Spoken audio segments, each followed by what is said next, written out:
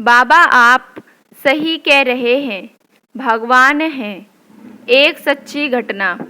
एक मेजर के नेतृत्व में 15 जवानों की एक टुकड़ी हिमालय के अपने रास्ते पर थी। बेतहाशा ठंड में मेजर ने सोचा कि अगर उन्हें यहाँ एक कप चाय मिल जाती तो आगे बढ़ने की ताकत आ जाती।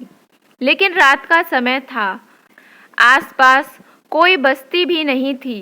लगभग 1 घंटे की चढ़ाई के पश्चात उन्हें एक जर्जर चाय की दुकान दिखाई दी, लेकिन अफसोस उस पर ताला लगा था।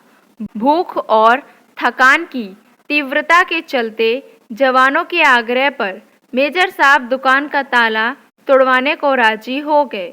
खैर, ताला तोड़ा गया तो अंदर उन्हें चाय बनाने का सभी सामान मिल गया। जवानों ने चाय बनाई, साथ ही वहां रखे बिस्किट आदि खाकर खुद को राहत दी।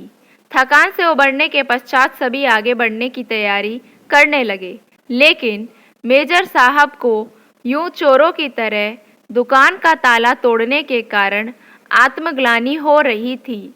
उन्होंने अपने पर्स में से 1000 का नोट निकाला और चीनी के डिब्बे के नीचे दबाकर रख दिया तथा दुकान का शटर ठीक से बंद करवाकर आगे बढ़ गए। 3 महीने की समाप्ति पर इस टुकड़ी के सभी 15 जवान सकुशल अपने मेजर के नेतृत्व में उसी रास्ते से वापस आ रहे थे। रास्ते में उसी चाय की दुकान को खुला देखकर वहां विश्राम करने के लिए रुक गए। उस दुकान का मालिक एक बूढ़ा चाय वाला था, जो एक साथ इतने ग्राहक देखकर खुश हो गया और उनके लिए चाय बनाने लगा। चाय की चुस्कियों और बिस्कुटों के बीच वो बूढ़े चाय वाले से उसके जीवन के अनुभव पूछने लगे।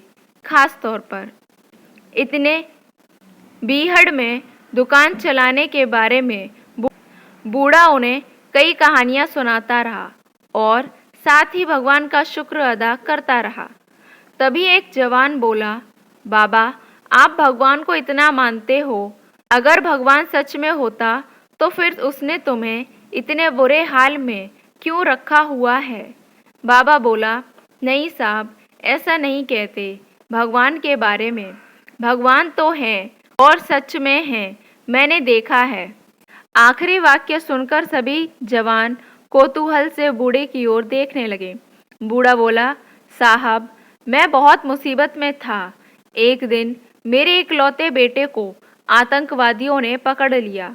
उन्होंने उसे बहुत मारा पीटा, लेकिन उसके पास कोई जानकारी नहीं थी, इसलिए उन्होंने उसे मारपीट कर छोड़ दिया।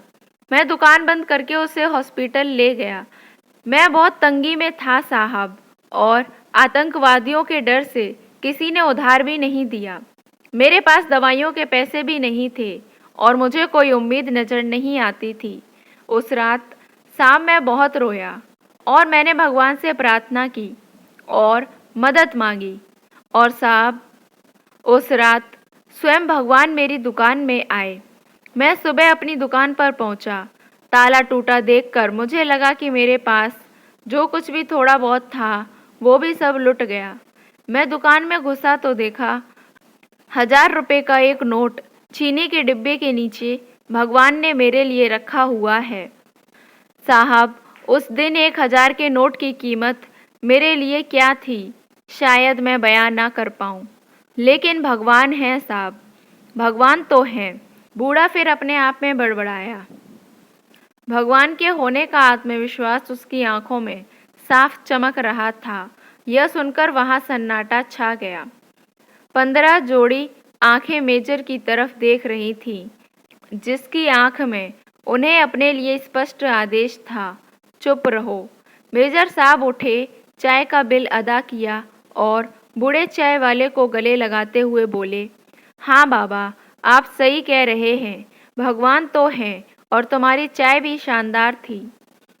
और उस दिन उन 15 जोड़ी आंखों ने पहली बार मेजर की आंखों में चमकते पानी के दुर्लभ दृश्य का साक्ष्य किया। और सच्चाई यही है कि भगवान हमें कब किसी का सहायक बनाकर कहीं भेज दें, ये खुद तुम भी नहीं जानते। इसलिए जीवन में प्रयास करना चाहिए कि हम किसी अच्छे कार्य में किसी की मदद कर सकें।